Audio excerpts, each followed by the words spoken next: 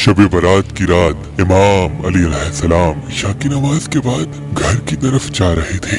देखा एक शख्स रास्ते पे रज़ाई ओढ़ के सो रहा था। बस ये देखना था तो इमाम अली अलैहिस्सलाम करीब गए और फरमाने लगे, ऐ शख्स, आज रात कौन सी है? तो वो कहने लगा, या अली, आज 15 शाबान है। बात जब यहाँ तक पहुँची तो इमाम अली अलैहिस्सलाम ने फरमाया, ये रात बेदारी की रात है।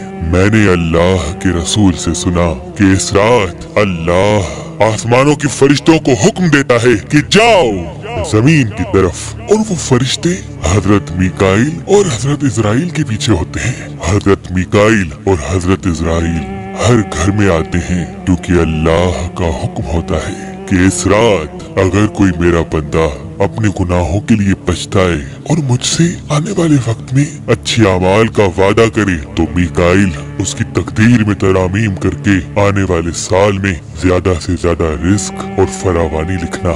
और अल्लाह का इजराइल के लिए हुक्म होता है कि ऐ इजराइल, हर घर जाके देख, आने वाले साल में जिस जिस घर में जो मरने वाला है उसे बता कि बेदार होके अपने अल्लाह की इबादत कर, क्योंकि बाकी उसकी जिंदगी में इतनी सांसें और इतनी धड़कनें मौजूद हैं। अगर कोई मेरा बंदा इस रात अपनी जिंदगी में मेरी इबादत के लिए मुझसे मोहलत मांगे तो उसकी जिंदगी में फरावानी लिखना, और अगर वो आने वाली जिंदगी में मुसीबतों और बीमारियों से निजात मांगे तो उसकी आने वाली जिंदगी से हर मुसीबत को खत्म कर देना। ऐ शख्स, इस रात तुम्हारे परवरदिगार का हुक्म होता है कि ऐ फरिश्तों, जाओ हर घर में निगाह डालो। आज की रात किसी भी इंसान की कोई भी दुआ रद्द न होने पाए, कोई भी दुआ रद्द न होने पाए।